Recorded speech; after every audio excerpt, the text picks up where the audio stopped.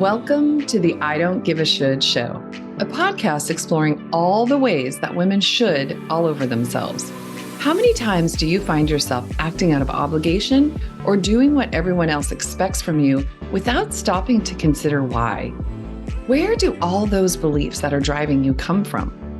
If you're tired of feeling resentful, overwhelmed, stuck, exhausted, or pissed off, you are in the right place. Shoulding all over yourself is a real thing, but it doesn't have to be in the driver's seat. I'm your host, Jen Sherwood, and I spent way too many years trying to prove that I was good enough and worrying what other people thought while avoiding conflict at all costs. Today, I don't give a shit. Well, not as many anyway, and neither should you. I'm talking to women like you who figured out how to stop shoulding and start living.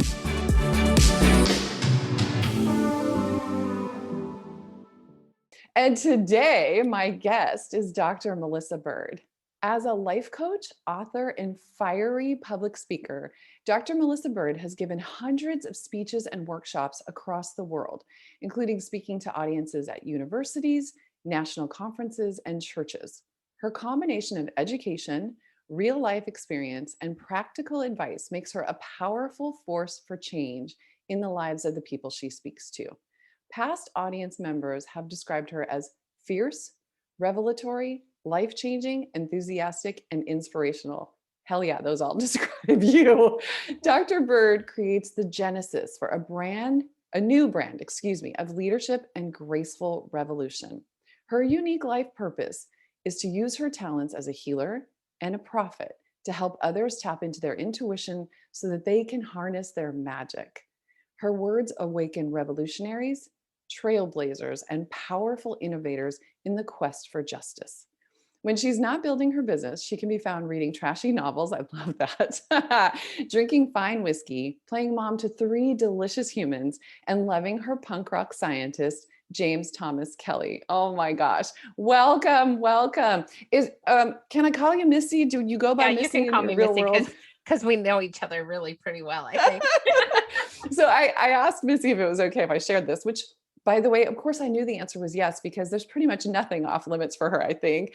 But this is so perfect that we are here together because Missy and I met 100,000 years ago, not like pandemic 100 years ago, but 100 years ago in a workshop called the Bye Bye Good Girl Boot Camp. So literally, we were both there because we had these should tendencies, these good girl tendencies. And we really were at a point where we were ready to get rid of it. Although I'm not sure at the time, Missy, that I knew we could get rid of it. I just took a leap, and we didn't know each other beforehand, but we met there and we have been friends ever since. So I am thrilled, Mama, that you are here with us today. I'm so happy to be with you. I love you so much. This is so exciting.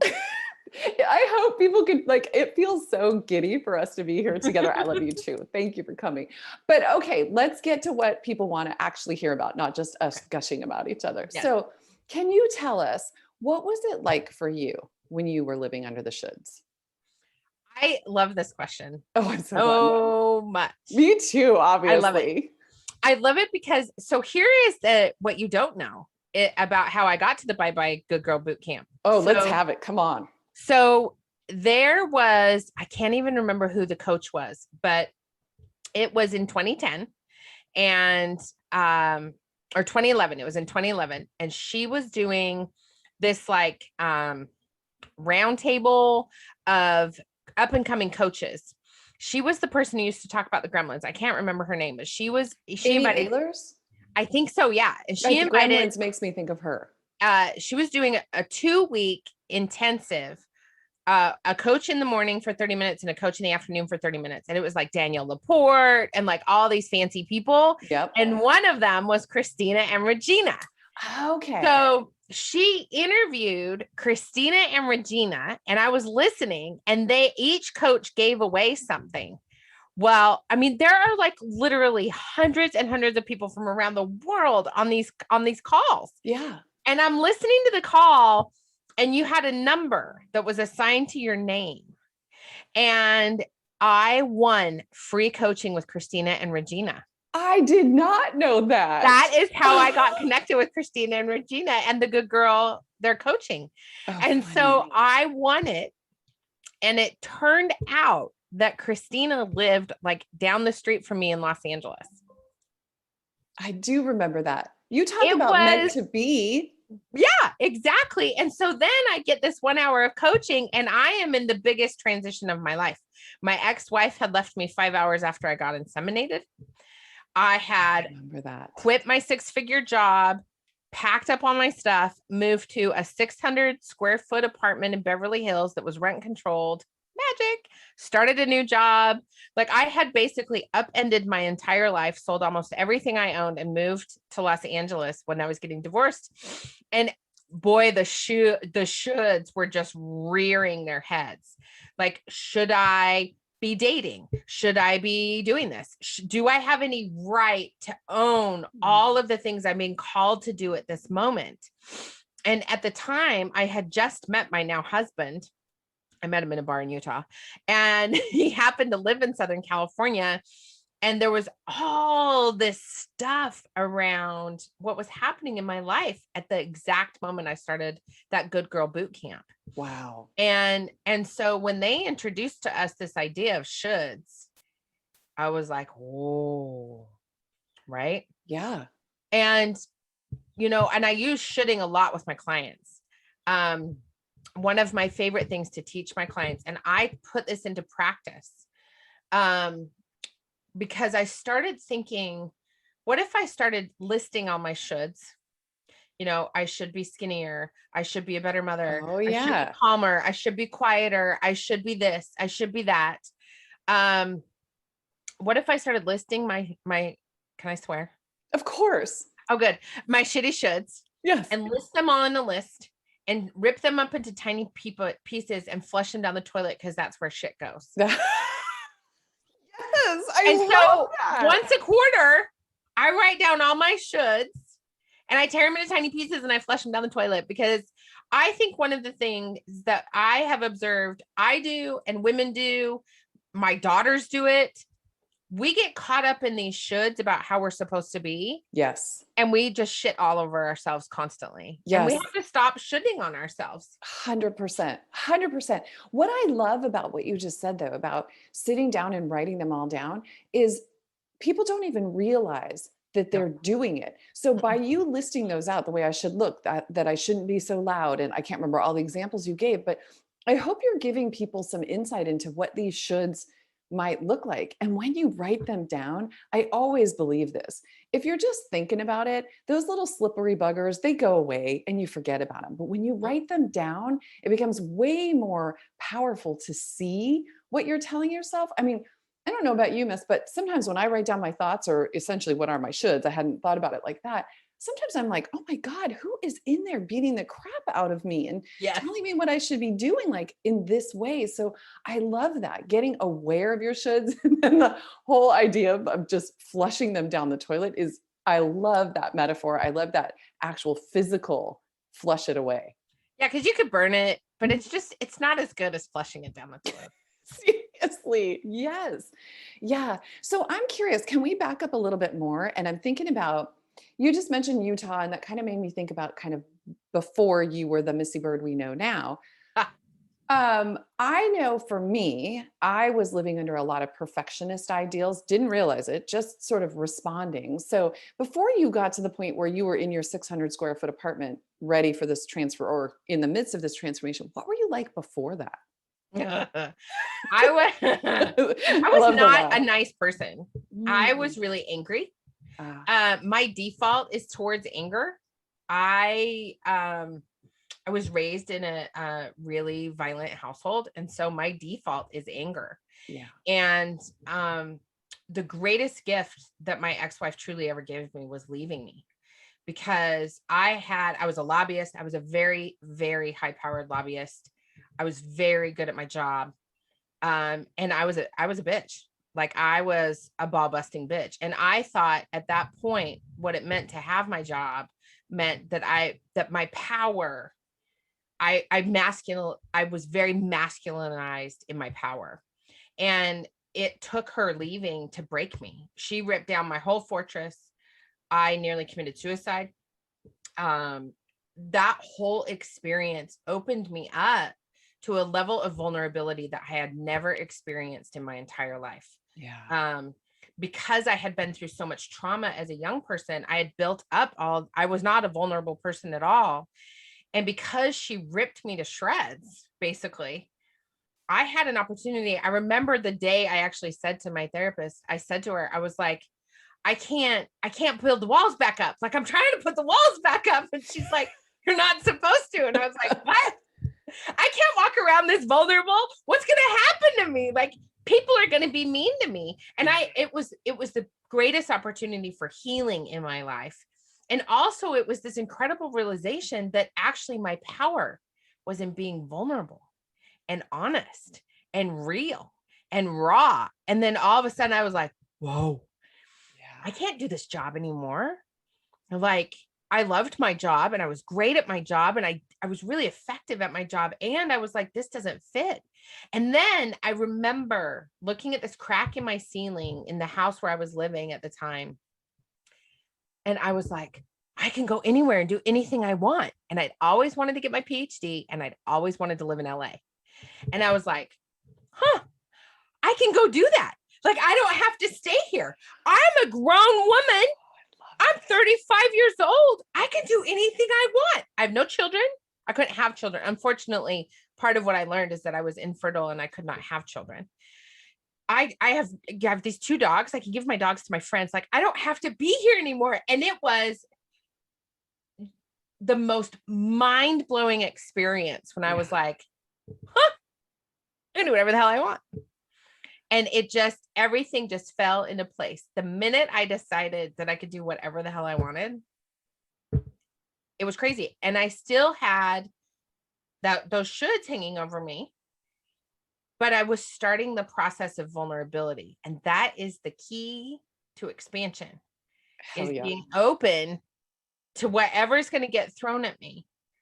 Because I mean, I was just working with a client today and they were talking about this conflict that they keep having with people, because the more they expand, the more conflict comes in.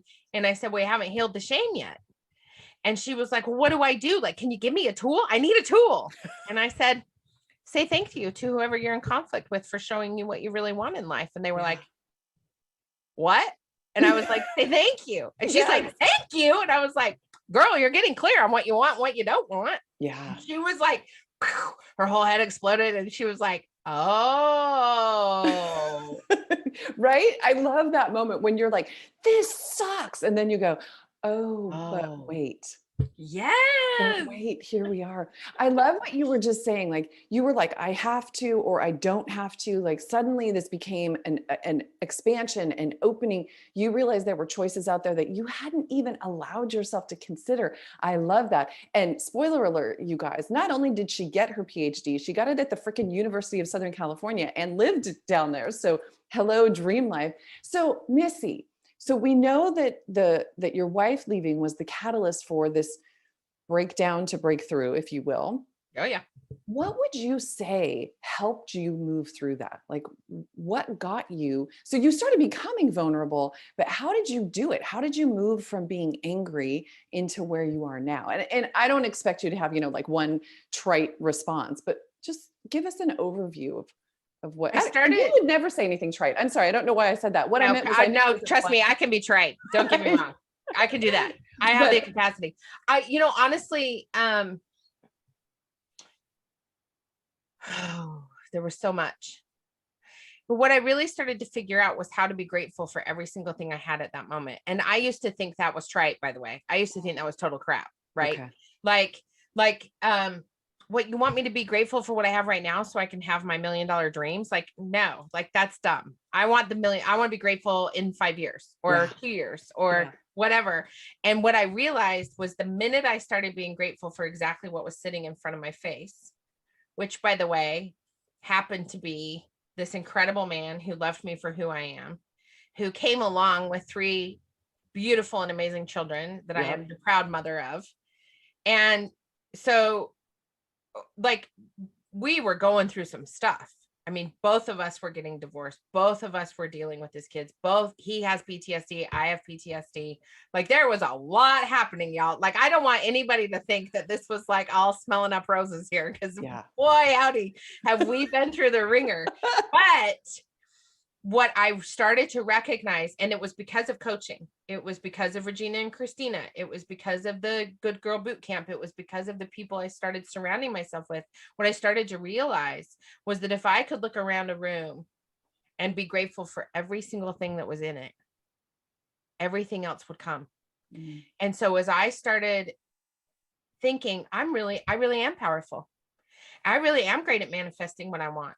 I'm getting everything I'm asking for. And by the way, for all y'all listening, you really are getting what you're asking for. Yep. All the time. Whether so be careful what you're asking for. Right? And I'm not talking about engaging in like that toxic gratitude where it feels forced and it's not natural.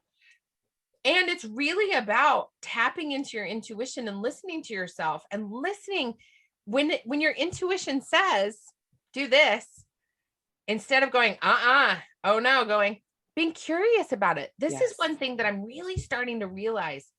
We are not curious about things anymore. Like we're totally all about control and predict, and magic's kind of thrown itself out the window, and we have so many things accessible to us right away. And I'm thinking, I want to be curious about stuff again. I want to wonder again. And so I'm really noticing that the more curious I am about circumstances, whether they're good or bad, the more I sit in awe of them. The more joy, the more things to be grateful for, the more I'm tuned into my intuition and what I'm doing next. And so the woman that you have sitting here in front of you today is all because I didn't shut that down. Yeah. And try and wall it off. It was impossible for me to do it, and try as I might, I still can't. I'm still just this vulnerable, raw, rebellious. It's part of my rebellion. Yep. Person. Yeah, I love that. I also want to say, I'm curious what you think about this. Curious. I also think curiosity helps get us out of judgment. And so instead of judging what we're doing, what we're not doing, instead of judging other people and sitting in that kind of energy, curiosity, I just really think takes you out of that and makes it more like you said, the word awe, like being in awe of what's going on, or why is this happening this way, can take us in energetically in this whole other direction. Would you agree? Yeah. And I think that's really important, because this is one of the things I teach in Rebel School, which I know you said I'm going to have an opportunity to talk a little bit more about Rebel School. Rebel School is my 12-week group program where 10 women sit in this container and learn how to harness the power of their intuition to find their voice. It's really magic. And one of the things that I teach in Rebel School is this idea of, it's not just about action leading to clarity and leading to confidence, but it's about how do we take inspired, intentional, intuitive action that comes from us listening to our intuition. When we always get clear when we take action. And if we start taking action from a space of inspiration and intuition, then what happens is our clarity comes from a space. It doesn't come from a shoulding all over ourselves, a should action. Well, I should do this, right? Yes. It really comes from a space of intuition and inspired intention. Yeah. And that clarity is really crystal clear. Like it's not muddy. It's really crystal clear. That window is bright. You can see all the way through it. Yeah. That means our confidence, that from action leads to clarity leads to confidence. That confidence comes from a space of inspiration too. And if we're walking around inspired and confident and clear, then when the mud comes, which is feelings, when the mud comes to get everything all mucky, we know all the time that clarity can come from a space of intuition and really feeling inspired in the world that we are walking around in. Yeah. And it's not to say that life isn't hard. Life is hard. Life is hard. But what if we let it be easy? Agreed. I am all about ease these days. What if we let it be easy? Yeah. Like stuff can be hard, and what if we stopped pushing up against it and pushing up against it and forcing ourselves up against it? And we just went, okay, Yeah. I guess you have a bigger plan than I do. I'll just go with the flow and see what happens. I love that. Why do we have to make it even harder on ourselves? I love, love, love that. This is just so good. And as you were talking, I was thinking, I think also what the women who are in Rebel School for sure, if you're listening to that intuition, it's also just developing this level of self-trust to trust in, well, it's trust in general, but also just trusting what you're hearing and trusting yourself to act on that instead of the thing about shoulding, right? Like, oh, I don't know, should I do this or should I do that? And then sitting there, maybe never doing anything. So not making a decision is making a decision. You're deciding to just stay where you don't want to be. So That's I exactly love that right. idea of like really tuning into you and your wisdom and following that. It's so fantastic. I love what you're doing in the world. I really do. Thank you. You're welcome. You're welcome. So I have no idea even how long we've been talking now. This is so good. But I want to give you a few minutes to talk about your work and how your own experience has influenced the work that you do. So this really, when I started my coaching practice, I was engaging in so my business is called Natural Born Rebel, but I was really engaging in the ultimate rebellion of finishing a PhD and not going into academia, much to the fancy pants university surprise and shock and awe. I was like, you've always known me. You knew this wasn't going to happen. So, when I chose to start my business, I started under the name Bird Girl Industries. And what happened was I had a friend who randomly called me out of nowhere while I was in a lift in San Bernardino, California, on my way back to Oregon. And she said, listen, I just got this divine download for you. And Oh gosh. you better start writing because I only have a couple minutes.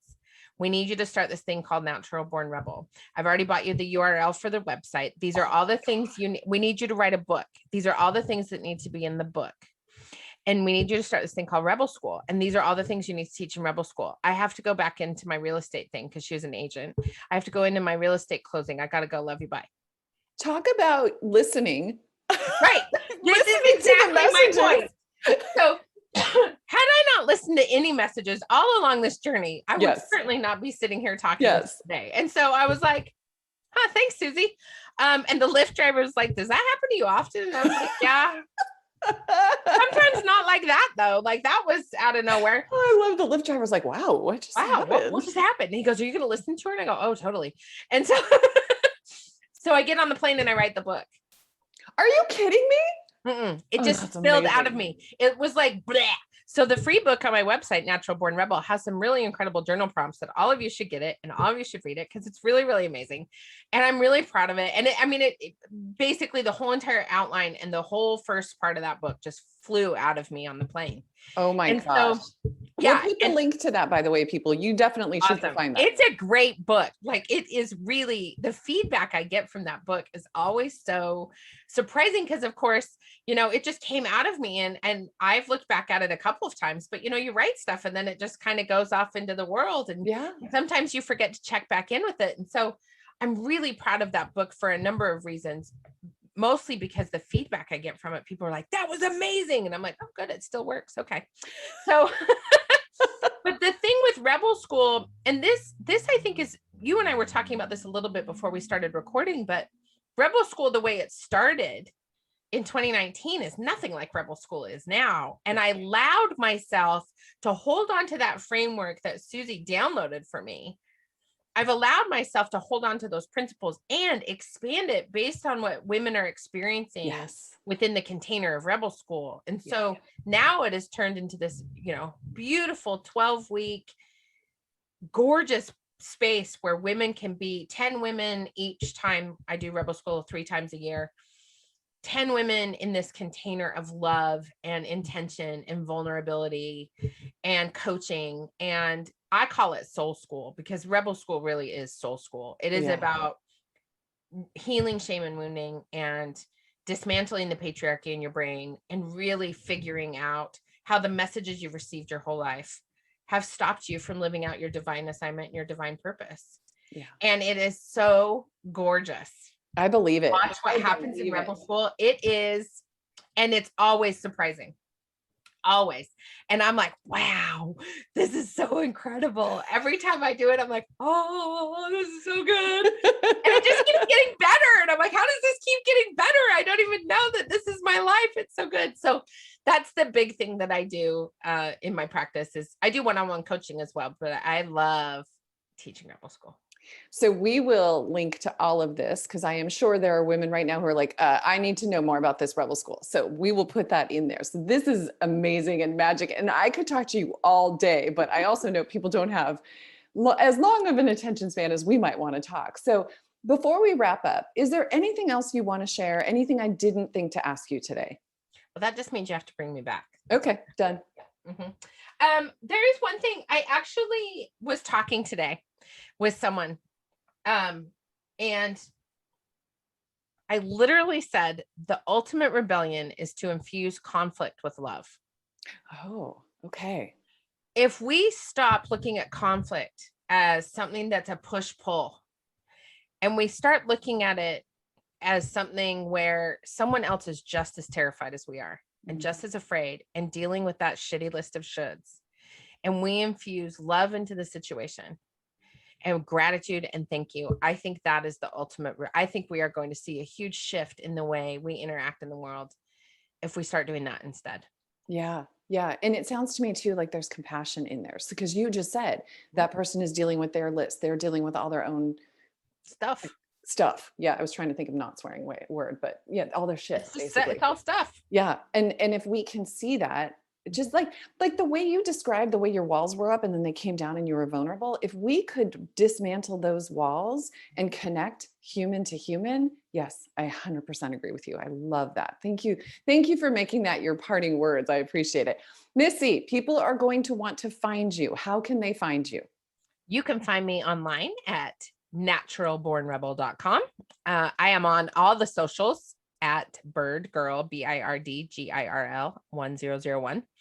And you can find all that on my website as well. And then I have a YouTube channel that you can also link to from my website, and it's super awesome and fun. So, all right, sounds good. And Twitter is your social media of choice, isn't it?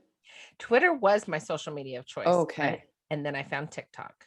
Oh hell, I gotta go watch you on TikTok, Mama. I really do. I don't even know what I'm doing on there, but I'm having so much fun doing like so many bananas things. I don't even know. Isn't that what matters? Is that you're having fun? I am. I'm having a great time. This was a great time. This was awesome. Glad you came on here. I'm so glad you shared your story with the women who are watching us. I'm so happy to hear your story, and I'm just waiting to watch it continue. So, Missy, thank you so much for being here. Those of you that are watching, thanks for joining us. Until next time, I'm Jen. Thanks for joining us. Bye. Hey friend, if you recognize yourself in these stories and you don't want to give a should anymore, you have to join my coaching community, the GC. Come learn the tools to recognize when fear and worry are running the show and how to shift into more of what you want without guilt or blowing up your life, unless of course that's what you want. Inside the GC, you'll learn strategies to start making yourself a priority. Stop saying yes when you mean no. Have hard conversations and so much more. And you get to do this with a group of women who are making the same changes in their lives and are there to support you, not judge you. It's a seriously warm, safe space where genuine connections are made. The GC is where doubt and loneliness meet their match. You can get all the info at jennifersherwood.com/thegc. But if you're not ready for something like that yet, I've got you. Head over to my website, jennifersherwood.com, and hit the Relief Right Now button. I'll send 3 ridiculously simple steps to go from overwhelm to ease.